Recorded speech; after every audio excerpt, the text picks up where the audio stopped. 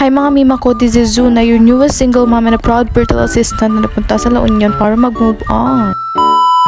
Tara nga mga mima ko at dalhin natin sa dagat si Mikey nang mawala-wala naman ang ubot sipon nitong batang ere. Ayun na at nakabihis na si Mikey, syempre ang nanay di. Ay Davis tayo papakabo. At dahil first time kong isuot itong M-suit ko na to dahil bago, ay naku, hirap na hirap talaga ako. Guys, buti na lang nakasama ang katawan ko for today's video. Ngayon na nga lang talaga tayo makakapag voice over mga mima ko dahil busy ang mima ninyo. Alipin ba naman ang salapi? Ay opa, akmutya. Tinashock naman ako dito sa balabal na nabili ko sa ukay-ukay. Di ko alam kung carpet ba to o ano. Nag-skirt nga rin muna pala ako. Of course, may main character tayo.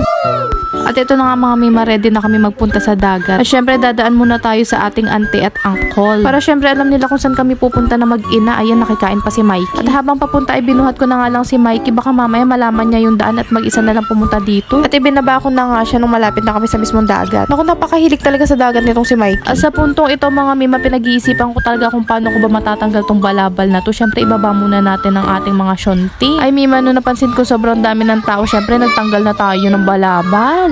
Ay na nga ang plano. Syempre para maraming audience. O kita nyo naman, super saya ni Mikey. Hindi ko na kailangan sabihin. Sa lawak ng dagat na yan ay ewan ko na lang kung hindi ka pa mapagod dyan, Mikey. Ay gaga, dadadapa-dapa pa. Ay kailangan yata ng training nito.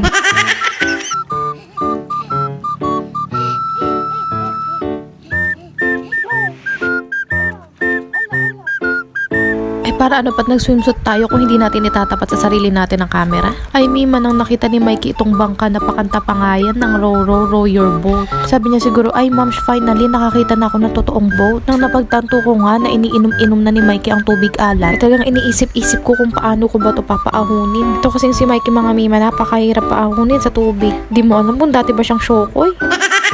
Ay sa wakas nagpabuhat na din. So ibig sabihin nito makakauwi na kami mga mima. Balik na lang ulit kami sa day off ko. So dating gawin nung malapit na kami sa bahay ay pinaglakad ko na rin naman si Mikey. O siya hanggang dito na lang muna mga mima ko at paliliguan ko lang ito si Mikey. Please follow for more.